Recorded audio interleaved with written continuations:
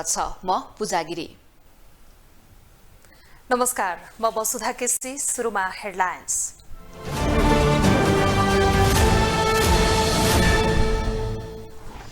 रवि लामिछानेले लिए नेपाली नागरिकता। पुरानो राहदानी विभागलाई बुझाए। पुनः राष्ट्रिय स्वतन्त्र पार्टीको सभापति चयन। नयाँ राष्ट्रपति बारेको विवादले सत्तारूढ दलबीच बढ्यो दूरी। आफूले पाउनुपर्ने एमालेको अडान। माओवादी राष्ट्रिय सहमतिको पक्षमा।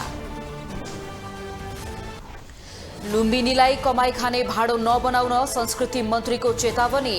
नर्सको श्रम शोषण गर्नेलाई सरकारले कारबाही गर्ने। पाकिस्तानको बलुचिस्तान प्रान्तमा सवारी दुर्घटना। कम्तीमा 41 जनाको मृत्यु, 3 जनाको उद्धार।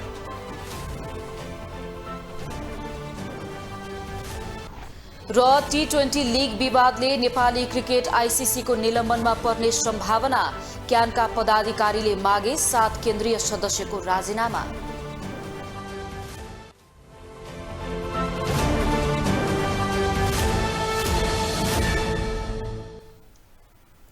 ग्लोबल न्यूज अब विस्तारमा। रवि लामिछानेले जिल्ला प्रशासन कार्यालय काठमाडौँबाट आज पुनः नेपाली नागरिकता लिनु भएको छ। अघिल्लो नागरिकताबाट लिएको राहदानी भने उहाँले राहदानी विभागलाई नै फिर्ता गर्नु भएको छ। यससँगै उहाँ पुनः राष्ट्रिय स्वतन्त्र पार्टीको सभापति पनि बन्नु भएको छ।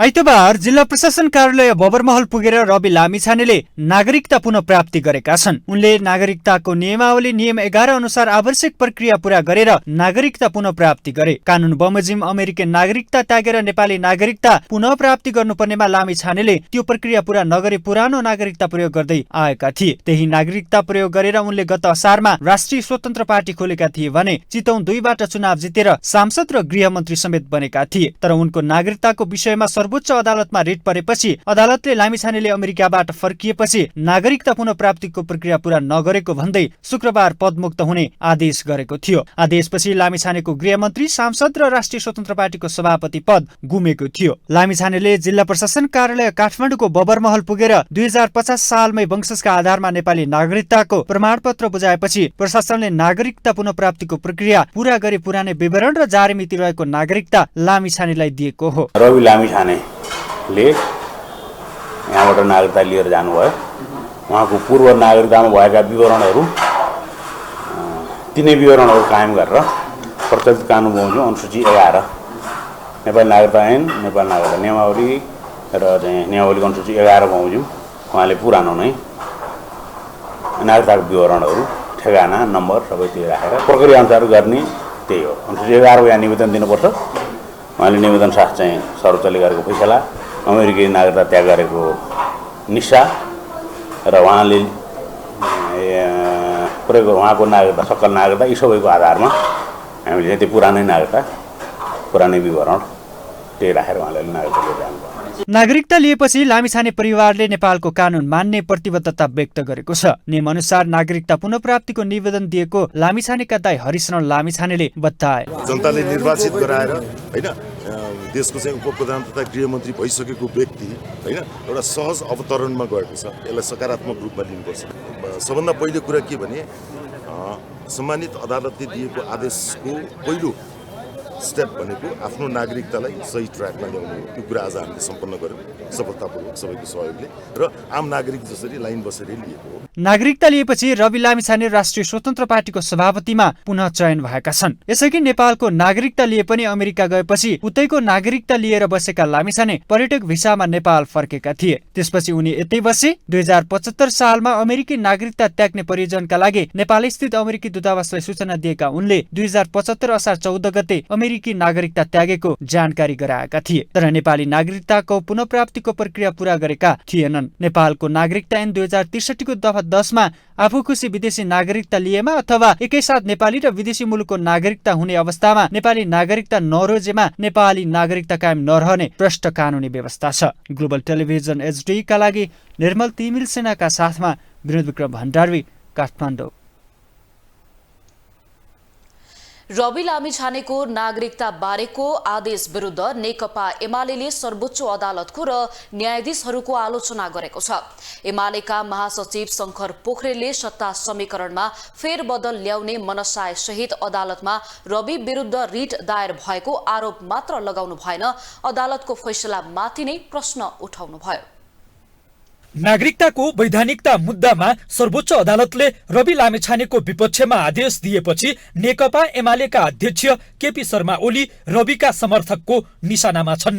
सर्वोच्च अदालतले रविको विपक्षमा आदेश दिएकै दिन उनका समर्थकले अदालत परिसरमै पुगेर एमाले अध्यक्ष ओली विरुद्ध नाराबाजी गरेका थिए। उनीहरूले रविलाई फसाउन भूमिका खेलेको भन्दै माइतीघर मण्डलामा समेत एमाले अध्यक्ष ओलीको विरोध गरेका थिए। रवि प्रकरणमा आफ्नै अध्यक्षको चर्को आलोचना हुन थालेपछि अहिले एमालेका नेताहरू रविको बचाउमा लागेका छन्।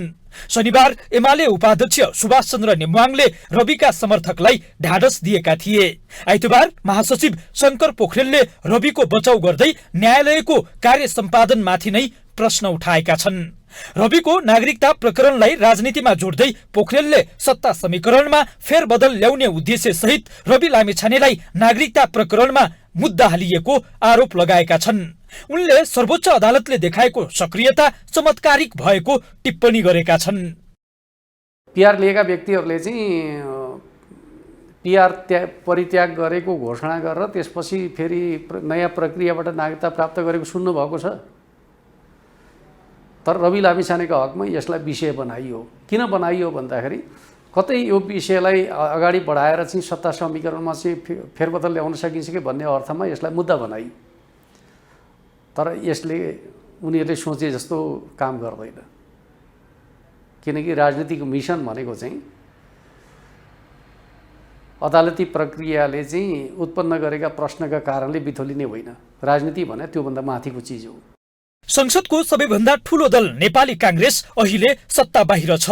सत्ता साझेदार दल एमालेका महासचिवले रविको नागरिकता प्रकरणलाई राजनीतिसँग जोडेर दिएको अभिव्यक्ति कांग्रेस लक्षित भएको कतिपयको टिप्पणी छ। अदालतले कसैको प्रभावमा परेर रविको नागरिकता प्रकरणमा आदेश दिएको जसरी अभिव्यक्ति दिएका महासचिव पोखरेलले यसअघि भने रविको पक्षमा एक शब्द पनि बोलेका थिएनन्। बरु उनकै अध्यक्ष केपी शर्मा ओली रविको सफलतालाई नजरअन्दाज गर्दै खिसीटिउरी गर्थे, उनका समर्थकलाई चिढ्याउँथे। अब अहिले त एउटा पत्रकार नचाहिने काम गर्यो, अनिखेरि एउटा जमातले साथ दियो भनेर अहिले त अब नेता भएर चाहिँ कुन पत्रकार नेता हुँ भनेर कुद्याएको छ, को नेता हुँ भनेर कुद्याएको छ, को अर्को नेता हुँ भनेर कुद्याएको छ। अनि देशमा लोकतन्त्र ल्याउनका लागि बलिदान दिएर आएका, सङ्घर्ष गरेर आएका, जेल भोगेर आएका, अङ्गभङ्ग भएर आएका, आफ्ना अङ्ग परिवारका सदस्य गुमाएर आएकाहरूलाई अपमान गरेका छ, सबलाई चोर भनेको छ। अलिकति शरम हुनु पर्दैन? एमाले महासचिव पोखरेलले रविको नागरिकता प्रकरणलाई राजनीतिकरण गर्दै सर्वोच्च अदालतको आदेशमाथि बहस छेडेका छन्। उनले नामै त लिएका छैनन्, तर कांग्रेसतर्फ इंगित गर्दै सत्ता गठबन्धन भत्काउन रवि विरुद्ध मुद्दा हालेको आरोप लगाएका छन्। पोखरेलले छेडेको बहसमा कांग्रेसको प्रतिक्रिया के आउला त्यो भने हेर्न बाँकी छ। ग्लोबल टेलिभिजनका लागि क्यामेरामा सञ्जय खड्काका साथमा कैलाश कठायत, काठमाडौँ। राष्ट्रपति चयनका लागि आफ्नै रणनीतिका कारण सत्ता साझेदार दुई ठूला दल नेकपा माओवादी केन्द्र र नेकपा एमाले बीच दूरी बढेको छ। सरकारको नेतृत्व गरिरहेको माओवादी केन्द्रले राष्ट्रिय सहमतिका आधारमा राष्ट्रपति चयन गर्ने प्रस्ताव अघि सारेको छ। सत्ताको सबैभन्दा ठूलो दल एमाले भने भद्र सहमतिका आधारमा राष्ट्रपति आफूले पाउनुपर्ने अडान राखेको छ। यसैका कारणले एमाले माओवादी बीचको दूरी बढ्ने देखिएको छ। राष्ट्रपतिको निर्वाचनका लागि मिति तोकिएको छैन। तर राष्ट्रपतिको निर्वाचनकै कारण अहिलेको राजनीति समीकरणमा उथलपुथल आउने संकेतहरू देखिन थालेका छन्। राष्ट्रपति चयनको विषयले सरकारमै रहेका नेकपा माओवादी केन्द्र र नेकपा एमाले बीचको दूरी बढ्न थालेको देखिएको छ। माओवादी केन्द्रका अध्यक्ष पुष्पकमल दाहालको नेतृत्वमा नयाँ सरकार बनेपछि केही समय यता एकअर्का विरुद्ध नरम सुनिएका माओवादी र एमालेका नेताहरू पुनः अहिले सवाल जवाफमा उत्रिन थालेका छन्। राष्ट्रपति चयनका लागि माओवादी र एमालेको आफ्नै रणनीति छ। राष्ट्रिय सहमतिका आधारमा राष्ट्रपति चयन गर्ने माओवादी केन्द्रको नीति छ। तर एमाले भने नयाँ सरकार गठन अघि गरिएको भद्र सहमति अनुसार राष्ट्रपति आफूले पाउनुपर्ने अडानमा छ। एमाले जस्तो चाहिँ पार्टी जो चाहिँ दोस्रो ठुलो पार्टी हो, समानुपातिकमा पहिलो भोट ल्याएको पार्टी हो, 44 जिल्लामा पहिलो भोट ल्याएको पार्टी हो, एमाले त अहिले सभामुख त पाछ।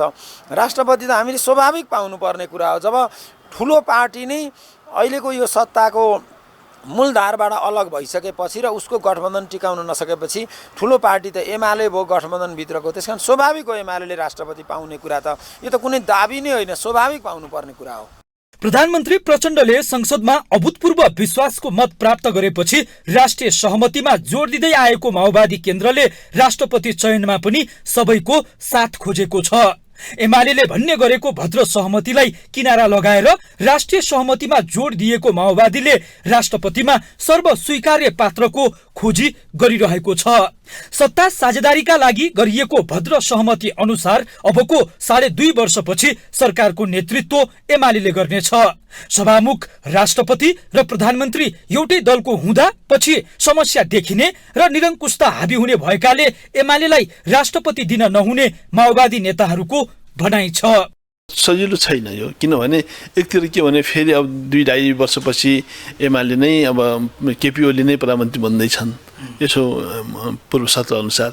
राष्ट्रपति उनी आफ्नै पार्टी उनको आफ्नै मतलब हिसाब गर्ने लेप्चे मान्छे राष्ट्रपति भयो भने त अब देश कता लिने हुन् उनी। योभन्दा अगाडि त अब त्यो सिन देखिया छ नि त।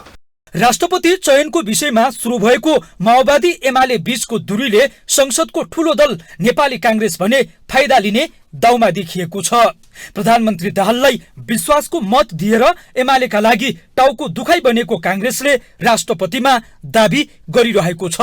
एमालेलाई सत्ता बाहिर धकेलेर पुरानै गठबन्धनलाई बिउत्याउने खेल खेलिरहेको कांग्रेसले राष्ट्रपतिमा आफ्नो दाबी स्वाभाविक ठानेको छ। ग्लोबल टेलिभिजनका लागि क्यामेरामा नरेश मोक्तानका साथमा कैलाश कठायत, काठमाडौँ। संस्कृति पर्यटन तथा नागरिक उड्डयन मन्त्री सुदन किरातीले लुम्बिनी विकास कोषका कर्मचारीलाई क्यालेण्डर अनुसार कार्ययोजना बनाएर काम गर्न निर्देशन दिनुभएको छ। काठमाडौँमा आज आयोजित कार्यक्रममा मन्त्री किरातीले कोर्सको कार्यप्रगतिको रिपोर्ट सन्तोषजनक नभएको भन्दै असन्तुष्टि प्रकट गर्नुभएको हो। उहाँले बजेट र कार्यक्रम हुँदाहुँदै पनि काम नभएको भन्दै अब भने योजना अनुसारको काम चाहिने बताउनुभयो। उहाँले गौतम बुद्धको जन्मथलो लुम्बिनीलाई मागी खाने भाँडो नबनाउन चेतावनी समेत दिनुभयो। तपाईहरुको रिपोर्टमा मलाई सन्तोष छैन। म मन्त्री भएर हैन, यसको अध्यक्ष भएर म बोल्दैछु। पटक्कै मलाई सन्तोष छैन। विश्व सम्पदा यो चाहिँ अब बौद्ध धाम त्यति मात्रै नभएर यो चाहिँ एउटा गौतम बुद्धको जन्मस्थल यति धेरै त्यहाँ फोहोर छ, त्यो सफा छैन भन्ने कुरा मैले यहाँ आएन चाइनामा सुनेको। मन्त्री किरातीले लुम्बिनी विकास कोषको काम भएन भनेर कर्मचारी सरुवा गरेर रमिता नदेखाउने प्रतिबद्धता समेत जनाउनुभयो। कार्यक्रममा पर्यटन सचिव सुरेश अधिकारीले लुम्बिनी विकास गुरुयोजना भन्दा बाहिर संरचना निर्माण भएको स्वीकार गर्नुभयो। र यो एउटा पर्यटकीय स्थलको रूपमा, तीर्थस्थलको रूपमा विकास गर्नको लागि सबै संरचनाहरू बलियो प्रकारको, आकर्षक किसिमको, पुरातात्विक महत्त्व दर्शाउने किसिमको हुनुपर्छ। तर कतिपय चाहिँ प्याचवर्कहरू टालटल टुटुल गर्ने पनि भएका छन्। सचिव अधिकारीले कम बजेट समयमा नै निकासा नहुने समस्या रहेको स्वीकार गर्नुभयो। यता स्वास्थ्य तथा जनसंख्या मन्त्री पदम गिरीले नर्सलाई न्यूनतम पारिश्रमिक नदिने निजी क्षेत्रका अस्पताल सहितका स्वास्थ्य संस्थालाई कड़ा कारबाही गर्ने चेतावनी दिनुभएको छ। काठमाडौँमा आज आयोजित कार्यक्रममा मन्त्री गिरीले निजी क्षेत्रमा कार्यरत नर्सले मासिक 8-10 हजार रुपैयाँमा काम गर्नुपर्ने अवस्था रहेको आफूले पाएको बताउनुभयो। उहाँले प्रमाण जुटाउन निजी क्षेत्रका सबै अस्पताल र स्वास्थ्य संस्थामा तत्काल अनुगमन गर्ने घोषणा समेत गर्नुभयो। मन्त्री गिरीले नर्सहरूको श्रम शोषण गर्ने अस्पताल सहितका स्वास्थ्य संस्थाको नवीकरण रोक्का गर्नेदेखि संस्था नै खारेज गर्ने सम्मका कदम चाल्ने चेतावनी दिनुभयो। अहिले मैले सुने 8,000-10,000 मा पनि हामीले काम गर्नुपर्ने निजी क्षेत्रमा काम गर्नुपर्ने अवस्था छ भनेर भन्ने सुन्दै रहँदाखेरि यो भन्दा भयावह र काली लाग्दो कुरा अर्को केही पनि हुन सक्दैन। यो अत्यन्तै चिन्ताको विषय हो। म यहीँबाट भन्न चाहन्छु, यसरी न्यूनतम पारिश्रमिक पनि नदिइकन, तलब भत्ता नदिइकन काममा लगाउने र श्रमको शोषण गर्ने कुरा कुनै पनि मूल्यमा ठीक हुन सक्दैन, उचित मान्न सकिँदैन। त्यस्ता संस्थाहरूलाई, त्यस्ता अस्पताल र निजी स्वास्थ्य संस्थाहरू जहाँ जहाँ छन् त्यसको राम्रो ढङ्गले मन्त्रालयको तर्फबाट अनुगमन हुनेछ र त्यस्ता संस्थाहरूलाई आवश्यक कारबाही हाम्रो तर्फबाट हुन्छ। म तपाईहरुलाई विश्वास दिलाउन चाहन्छु। मन्त्री गिरीले कोभिड कालमा नर्सले जीवन जोखिममा राखेर स्वास्थ्य क्षेत्रमा पुर्याएको योगदानको प्रशंसा समेत गर्नुभयो। उहाँले उनीहरूलाई आवश्यक तलब भत्ता सहितको व्यवस्था मिलाउने प्रतिबद्धता समेत व्यक्त गर्नुभयो।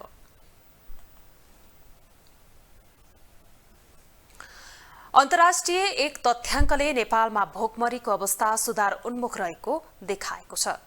विश्व भोकमरी सूचाङ्क प्रतिवेदन 2022 अनुसार नेपालको भोकमरी अवस्थामा अघिल्लो तथ्याङ्कको तुलनामा सुधार भएको देखिएको हो।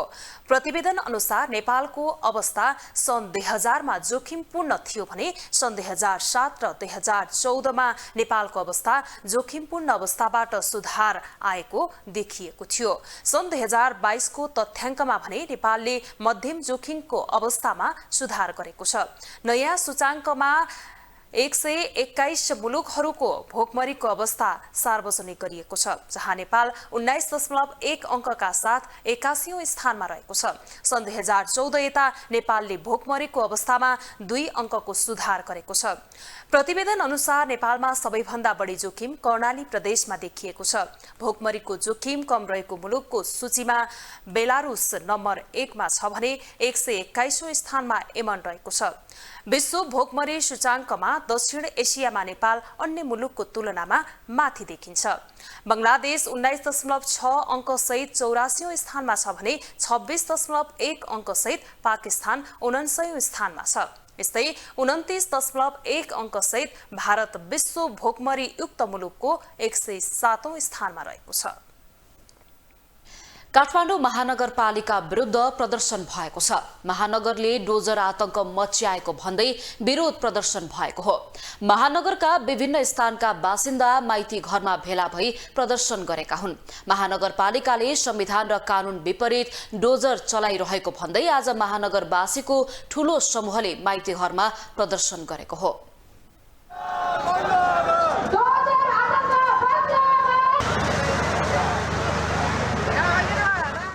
डोजर आतंक बन्द गर, महानगरपालिकाको ज्यादती बन्द गर, सडक विस्तारका नाममा उठीबास लगाउन पाइँदैन जस्ता नारा लेखेको प्लेकार्ड बोकेका प्रदर्शनकारीहरूले काठमाडौँ महानगरपालिका विरुद्ध प्रदर्शन गरेका छन्।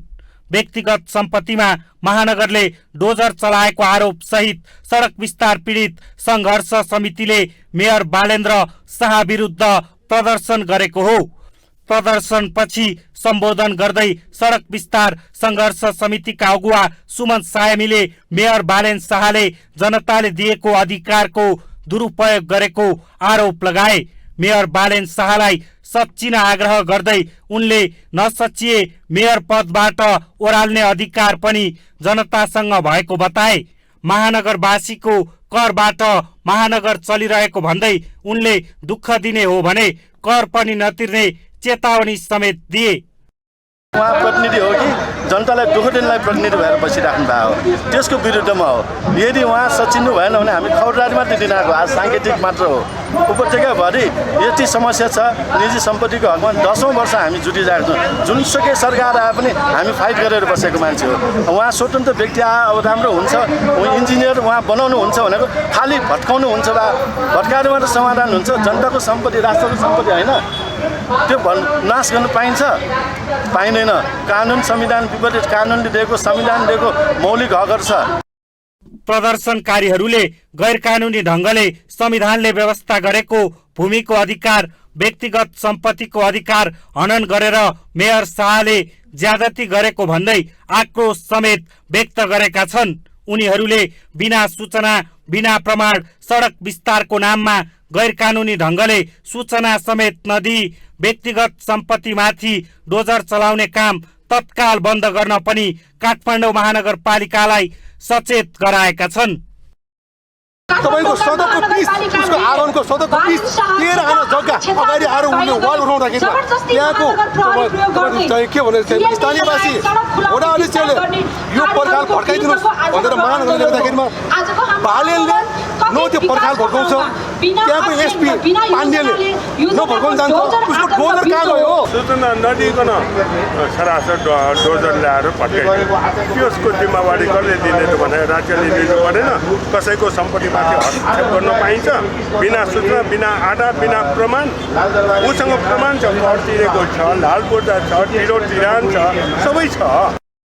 काठमाडौँ महानगरपालिकाले गैर कानुनी ढंगले व्यक्तिको सम्पत्तिमाथि समेत डोजर चलाउने काम गरेपछि स्थानीयले त्यसको विरोधमा प्रदर्शन गर्दै आएका छन्। अब पनि आफूहरूलाई थप पीडा दिने काम गरे सह्य नहुने प्रदर्शनकारीहरूको चेतावनी छ। ग्लोबल टेलिभिजनका लागि क्यामेरामा नरेश मोक्तानका साथमा अभिषेक सापकोटा, काठमाडौँ। भारतको अयोध्यामा निर्माणाधीन राम मन्दिरमा स्थापना गरिने मूर्ति बनाउनको लागि म्याग्दीको बेनी स्थित काली गण्डकी नदीको शिलालाई जनकपुर धाम पुर्याइएको छ। शिलालाई भारतको अयोध्यामा निर्माणाधीन भगवान श्रीरामको मन्दिरमा लैजान थालिएको हो। भारतको अयोध्यामा निर्माणाधीन राम मन्दिरमा स्थापना गर्ने मूर्ति बनाउन नेपालबाट शालिग्राम भारत लगिएको छ। म्याग्दीको बेनीबाट शालिग्राम भारत लगिएको हो। देशका विभिन्न स्थानमा पूजाआजा गर्दै शिला भारत लैजान थालिएको हो। भारत लैजानका लागि म्याग्दीबाट उत्खनन गरिएको शिला जनकपुर धाम पुर्याइएको छ। शालिग्राम शिला पाइने विश्वकै एकमात्र नदी काली गण्डकीको शिलाबाट हिन्दूको प्रसिद्ध धार्मिक स्थल अयोध्यामा भगवान श्रीरामको बाल रूपको मूर्ति निर्माण गरिनेछ। म्याग्दीको बेनी नगरपालिका 6 ठूलो पहिरो स्थित काली गण्डकी नदी किनारमा रहेको शिला क्रेन मार्फत निकालेर जनकपुर हुँदै अयोध्यामा पठाइएको हो। नेपाल सरकारको मन्त्री परिषद बैठकको निर्णय अनुसार 18 र 16 मेट्रिक टन तौल भएका 7 फिट लम्बाई, 5 फिट चौडाइ र 3.5 फिट मोटाइका 2वटा शिलाको पहिचान र क्षमता पूजाको काम सम्पन्न भएपछि शिला अयोध्या पठाइएको हो। बेनी नगरपालिकाले शिला गण्डकी प्रदेश सरकारलाई हस्तान्तरण गरेको थियो भने गण्डकी प्रदेश सरकारले मध्य प्रदेश सरकारलाई हस्तान्तरण गरेको छ। जनकपुरबाट नेपाल सरकारले भारत सरकारलाई हस्तान्तरण गरेपछि शिला अयोध्या पठाइएको हो। त्यसअघि गत आइतबार गण्डकी प्रदेशका प्रदेश प्रमुख पृथ्वीमान गुरुङले धार्मिक विधि अनुसार क्षमा पूजा र गंगा पूजन गरेर शिला जनकपुर मन्दिरका पीठाधीश दास र अयोध्याको राम मन्दिर निर्माण समितिका सचिव राजेन्द्र सिंह पंकजलाई शिलाको प्रतीक रूप 3वटा शालिग्राम हस्तान्तरण गरेका थिए। गत साउनमा भारत भ्रमणमा गएका नेपाली कांग्रेसका नेता एवं प्रतिनिधि सभा सदस्य विमलेन्द्र निधिले अयोध्या राम मन्दिर निर्माण समितिका अध्यक्ष निपेन्द्र मिश्र, श्रीराम जन्मभूमि तीर्थ क्षेत्रका महामन्त्री चम्पत राय र भारतको सत्तारूढ दल भारतीय जनता पार्टीका विदेश विभाग प्रमुख विजय चौथाईवालासँग भेट गरेका थिए। त्यसपछि पुस 3 गते बसेको तत्कालीन प्रधानमन्त्री शेरबहादुर देउवा नेतृत्वको मन्त्री परिषदको बैठकले रामको प्रतिमा निर्माणका लागि प्रयोग गरिने शालिग्राम शिलाको खोजी गर्ने निर्णय गरेको थियो। ग्लोबल टेलिभिजन एचडी का लागि अभिषेक सापकोटाको रिपोर्ट। अब इकोनोमिक न्यूज।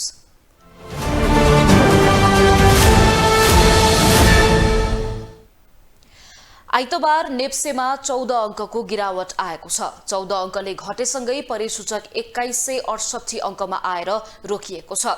परिसूचक घटे पनि आज 48 वटा कम्पनीको शेयर मूल्य भने बढेको छ।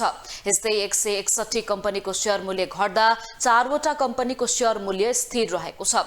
बजार घटे पनि आज 3 अर्ब 1 करोड 70 लाख रुपैयाँ बराबरको शेयर किनबेच भएको छ।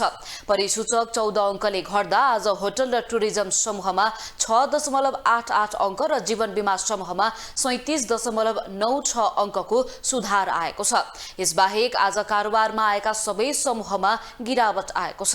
सबैभन्दा धेरै गिरावट विकास बैंक समूहमा आएको छ। आज यो समूह 61 अङ्कले घटेको छ भने वित्त समूह 37 अङ्कले घटेको छ। अब इन्टरनेशनल न्यूज।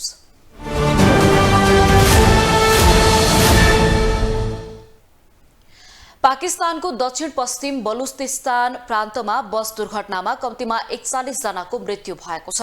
सुरक्षा अधिकारीले दक्षिण पश्चिम पाकिस्तानको बलुचिस्तान प्रान्तमा बस पुलको पिल्लरमा ठोकिएर खसेपछि आगलागी भएको जनाएका छन्।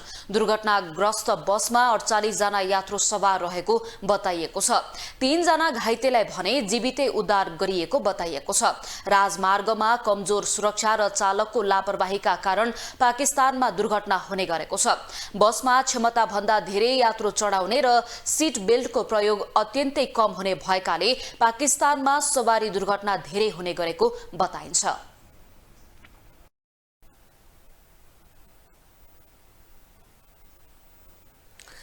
अमेरिका र अस्ट्रेलिया समेत सहभागी अकसमा भारतमा जोड्न बेलायतले प्रस्ताव राखेको छ। तर फ्रान्ससँगको सम्बन्धका कारण भारतले बेलायती प्रस्ताव स्वीकार गर्नेमा भने आशंका कायमै छ। अकसमा सहभागी हुँदा फ्रान्ससँगको भारतको सम्बन्धमै चिसोपना आउने भएका कारण प्रधानमन्त्री नरेन्द्र मोदीले कुनै निर्णय गरिसकेका छैनन्। बेलायतले हिन्द प्रशान्त क्षेत्रको सुरक्षा सुनिश्चित गर्नका लागि अकस संगठनलाई विस्तार गर्ने योजना अघि सारेको छ। अमेरिका, बेलायत र अस्ट्रेलियाका बीचमा रहेको सुरक्षा साझेदार संरचनामा भारतलाई समेत सहभागी गराउने योजना अघि सारेको छ। त्यसै अनुसार भारत र जापानलाई पनि अकसमा जोड्न बेलायतले प्रयास सुरु गरेको हो। बेलायतको रक्षा समितिले अकसमा भारत र जापानलाई जोड्न प्रस्ताव गरेको छ। तर भारत यसमा जोडिने भन्ने विषयमा भने शंका पैदा भएको छ। अकस सम्झौतापछि अस्ट्रेलियाले फ्रान्ससँगको पनडुब्बी सम्झौता रद्द गरेको थियो। त्यसले फ्रान्सलाई आक्रोशित बनाएको थियो। फ्रान्स र भारत बीच सुमधुर सम्झौता भएकाले भारत अकसमा नजोडिने सम्भावना प्रबल छ। भारतलाई फ्रान्सले विभिन्न सैन्य उपकरणहरू उपलब्ध गराइरहेको छ। अहिले भारत क्वाडको सदस्य छ। क्वाडमा जापान, अस्ट्रेलिया र अमेरिका पनि सदस्य राष्ट्रको रूपमा छन्। हिन्द प्रशान्त क्षेत्रलाई नै विचार गरेर उक्त समूह बनाइएको हो। त्यसैले त्यही क्षेत्र हेर्ने अकसमा भारत जोडिने विषयमा विज्ञहरू शंका व्यक्त गर्छन्। सन् 1945 मा स्वेज नहरको विषयलाई लिएर बेलायत, फ्रान्स र इजरायल बीचको सम्झौता र संयुक्त रूपमा इजिप्टको आक्रमण, 1972 मा राष्ट्रपति निक्सनको चीन भ्रमण तथा 1989 मा बर्लिनको पर्खाल ढालिएको घटनापछि अस्ट्रेलिया, बेलायत र संयुक्त राज्य अमेरिका बीच त्रिपक्षीय रक्षा सम्झौता भएको थियो, जसलाई अकस भनिएको छ। बेलायतले अमेरिका र अस्ट्रेलियासँग गरेको अकस सम्झौतालाई नेटो जस्तै विस्तार गर्न चाहेको छ। तर भारतले भने बेलायती प्रस्ताव स्वीकार नगर्ने देखिएको छ। ग्लोबल टेलिभिजनको लागि एजेन्सीको सहयोगमा विशाल पुरीको रिपोर्ट। अब स्पोर्ट्स न्यूज।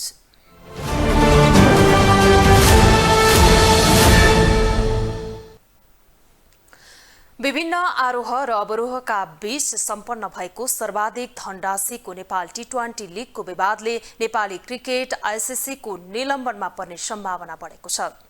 गत पुस 9 मा सुरु भएर 27 मा सम्पन्न भएको नेपाल टी20 लिगमा स्पट फिक्सिङ भएपछि त्यसको यति बेला अनुसन्धान भइरहेको छ। यता लिग विवादित भएको भन्दै केही केन्द्रीय सदस्यहरूले भने अध्यक्ष चतुरबहादुर चन्दको राजीनामा माग गरेका छन्। पछिल्लो समय नेपाली क्रिकेट क्षेत्र धर्मराउँदो अवस्थामा रहेको छ। कहिले खेलाडी विवाद त कहिले प्रशिक्षक विवादले नेपाली क्रिकेट क्षेत्र तहस नहस हुने स्थितिमा पुगेको छ। हुँदा नेपाली क्रिकेटको सर्वोच्च निकाय नेपाल क्रिकेट संज्ञानको आयोजनामा पुस 9 मा सुरु भएर 27 मा सम्पन्न भएको नेपाल टी20 लिग विवादले त फेरि नेपाली क्रिकेट आइसिसीको निलम्बनमा पर्ने खतरा बढेको छ। नेपाल टी20 लिगमा स्पट फिक्सिङ भएपछि त्यसको यति बेला अनुसन्धान भइरहेको छ। घटनापछि नेपाल प्रहरीको केन्द्रीय अनुसन्धान ब्युरो सिआइबीले स्पट फिक्सिङ भएको निष्कर्ष निकालेको थियो। प्रारम्भिक अनुसन्धानपछि सिआइबीले पूर्व राष्ट्रिय खेलाडी मेहबुब आलम र राष्ट्रिय टोलीका सदस्य आदिल अन्सारीलाई पक्राउ गरेर अनुसन्धान गरिरहेको छ। केही दिन अघि क्यानका अध्यक्ष चतुरबहादुर चन्दले पत्रकार सम्मेलन गरी म्याच फिक्सिङ भएको स्वीकार समेत गरेका थिए। र ठिक छ, काम गर्दै गर्दा त्रुटि भएको कुरालाई सच्याउनका लागि मैले भने त्रुटि भयो, अन्जानमा भयो, ब्याड इन्टेन्सन थिएन, भयो ल, त्यो कुरा पनि मैले भने पत्र राखेको ल हुँदै होइन उहाँले भनिराख्नु भएको छ। हामी भने त्यो डिबेटमै नजाउँ ल, होइन डिबेटमै नजाउँ, तर त्यो पुष्टि त गर्ला नि कसै निकायले, होइन। तर यहाँहरू के चाहनुहुन्छ, त्यही पुरानै अवस्थामा चाहनुहुन्छ या नेपाली क्रिकेट समर्थकहरूले, या यसलाई सेफ ल्यान्डिङ गरेर मैले भने एउटा अध्याय नेपाल टी20को नट ए ब्याड प्रोजेक्ट, तर गर्दै गर्दाखेरि यसका धेरै नकारात्मक पक्षहरू मात्रै बाहिर आए। त्यस्तै यता नेपाल क्रिकेट संज्ञानका 7 केन्द्रीय सदस्यहरूले नेपाल टी20 लिगको दौरानमा स्पट फिक्सिङ जस्तो गम्भीर अपराधका लागि क्यानले बाटो खोलिदिएको भन्दै कार्य सम्पादन समितिको राजीनामाको माग गरेका छन्। क्यानका केन्द्रीय सदस्यहरू ऋषिराम गौतम, दाउन अन्सारी, सञ्जय राज सिंह, कर्ण महतारा छेत्री, अमितवीर पाण्डे, छुम्बी लामा र धर्मराज गिरीले आइतबार पत्रकार सम्मेलन मार्फत कार्य सम्पादन समितिमा रहेका अध्यक्ष चतुरबहादुर चन्द, कार्यवाहक सचिव प्रशान्त मल्ल, कोषाध्यक्ष रोशन सिंह र केन्द्रीय सदस्य दुर्गाराज पाठक र पदक खड्कालाई राजीनामा दिन माग गरेका हुन्। उनीहरूले गैरकानुनी काम गरेको भन्दै क्यान नेतृत्वले गल्ती भयो भन्दैमा उम्किन नपाउने र सम्झौता गलत भएको दावी गरेका छन्। र नेपाल क्रिकेटसँग कुनै पनि हिसाबमा सस्पेन्सन हुँदैन। नेपाल क्रिकेटसँग सस्पेन्सन हुँदा बचाउन लागि नेतृत्वले गलत भएका मान्छेले राजीनामा दिएर नेपाल क्रिकेटलाई अगाडि बढाउनुपर्छ। कीर्तिपुर स्थित त्रिभुवन विश्वविद्यालयमा आयोजना भएको नेपाल टी20 लिग प्रतियोगितामा क्यानसँग सम्झौता गरेको रणनीतिक र व्यावसायिक साझेदार कम्पनी 7-3 स्पोर्ट्सकै प्रमुख स्पट फिक्सिङमा संलग्न हुनु गम्भीर रहेको भन्दै कार्य सम्पादन समिति दोषी रहेको केन्द्रीय सदस्यहरूले आरोप लगाएका छन्। हामी क्यानलाई सस्पेन्ड गराउने पक्षमा छैनौँ। नेपाल क्रिकेट सङ्घभित्र भएका अनियमितता, स्वेच्छाचारिता, दादागिरी हट्नुपर्छ र क्रिकेटको विकासको लागि यो संस्था गठन गरिएको हो। ऐन विधान अनुसार संस्था चल्नुपर्छ। कसैको लडमा, कसैको बेनिफिटको लागि यो संस्था चल्न हुँदैन। अध्यक्षज्यू, जिम्मेदारी प्रथा गरेर होइन, आफ्नो हैकमवादी चलाएर चाहिँ उहाँले जबरजस्ती गरेर त्यसलाई चाहिँ लग्नु। हामीले दोष आउँछ भन्दा उहाँले हामीलाई के भन्नुभयो, तपाईँ क्रिकेट विरोधी हो, तपाईँले क्रिकेट गर्नु होइन, 2020 गर्नुपर्छ। नेपालको क्रिकेटलाई माथि उठाउन हामीले 2020 गर्नुपर्छ भनेको थियो। यसअघि प्रतियोगितामा खेलाडीले पारिश्रमिक नपाएको र फिक्सिङका लागि अप्रोच आएको सहभागी खेलाडीले नै बताएका थिए। खेलाडीको सो अभिव्यक्तिपछि लिगमा विवाद बाहिरिएको थियो। म्याच फिक्सिङ बारे एकेन्द्र कुँवरको संयोजकत्वमा नेपाली खेलकुदको सर्वोच्च निकाय राष्ट्रिय खेलकुद परिषद राखेपको छानबिन समितिले क्यान र 7-3 स्पोर्ट्स बीचको सम्झौता प्रतिवेदनले प्रचलित ऐन नियम बमोजिम प्रक्रिया पूरा नगरिएकोले तत्काल खारेज गर्न सुझाव दिएको थियो। क्यान र 7-3 स्पोर्ट्स बीच लिग आयोजनाका लागि 8 वर्षको सम्झौता भएको थियो। ग्लोबल टेलिभिजनका लागि क्यामेरामा नरेश मोक्तानका साथमा विनोद विक्रम भण्डारी, काठमाडौँ। थाइल्याण्डमा सम्पन्न एसबीसी एसियन अन्डर-22 बक्सिङ च्याम्पियनसिपमा रजत पदक जितेकी नेपाली बक्सर सुषमा तामाङलाई काठमाडौँमा सम्मान गरिएको छ। ओलम्पियन शिरीष गुरुङ फाउन्डेसनले बक्सर तामाङलाई आज 25,000 रुपैयाँ सहित सम्मान गरेको हो। फाउन्डेसनका तर्फबाट कोषाध्यक्ष सपना गुरुङले सुषमालाई चेक हस्तान्तरण गरिन्। सुषमाले राम्रो अभ्यास र अनुभवले पदक जित्न सफल भएको र प्राप्त पदकले आगामी दिनमा अझै राम्रो गर्न हौसला मिलेको बताइन्। अपोनेन्ट उज्बेकिस्तान परेको थियो, जो चाहिँ अगाडिदेखि एसियन च्याम्पियन थियो, जसमा मैले उसँग राम्रो कम्पिटिसन त गर्न सकेँ तर जित्न चाहिँ सकेन। तर नि मैले उबाट धेरै कुरा सिकेँ अनि अपकमिङ डेहरूको लागि म कन्फिडेन्ट बढेको छ, आउने ट्रेनिङ गर्न मोटिभेसन मिलेको छ, योभन्दा राम्रो गर्न सक्छु भन्ने एउटा मोटिभेसन प्लस अब आउने गेमहरूमा त्यसमा कन्फिडेन्ट।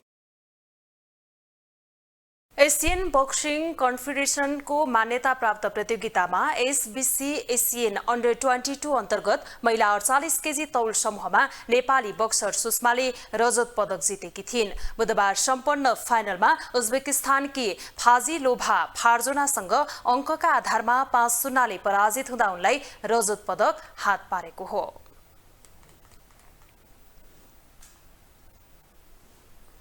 ग्लोबल न्यूजको अन्त्यमा अहिलेसम्मका हेडलाइन्स पुनः एकपटक।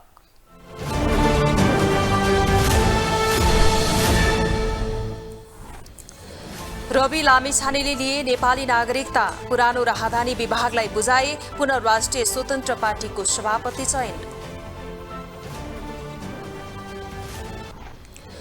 नयाँ राष्ट्रपति बारेको विवादले सत्तारूढ दलबीच बढ्यो दूरी, आफूले पाउनुपर्ने एमालेको अडान माओवादी राष्ट्रिय सहमतिको पक्षमा। लुम्बिनीलाई कमाई खाने भाडो नबनाउन संस्कृति मन्त्रीको चेतावनी, नर्सको श्रम शोषण गर्नेलाई सरकारले कारबाही गर्ने। पाकिस्तानको बलुचिस्तान प्रान्तमा सवारी दुर्घटना, कम्तीमा 41 जनाको मृत्यु, 3 जनाको उद्धार।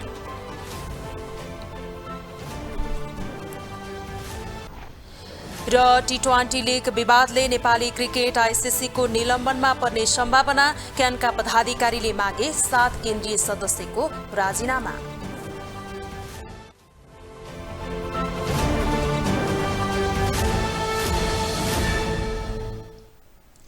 ग्लोबल न्यूज अहिलेलाई यति नै। ग्लोबल टेलिभिजन तपाईँ फेसबुक तथा युट्युबमा पनि प्रत्यक्ष हेर्न सक्नुहुनेछ।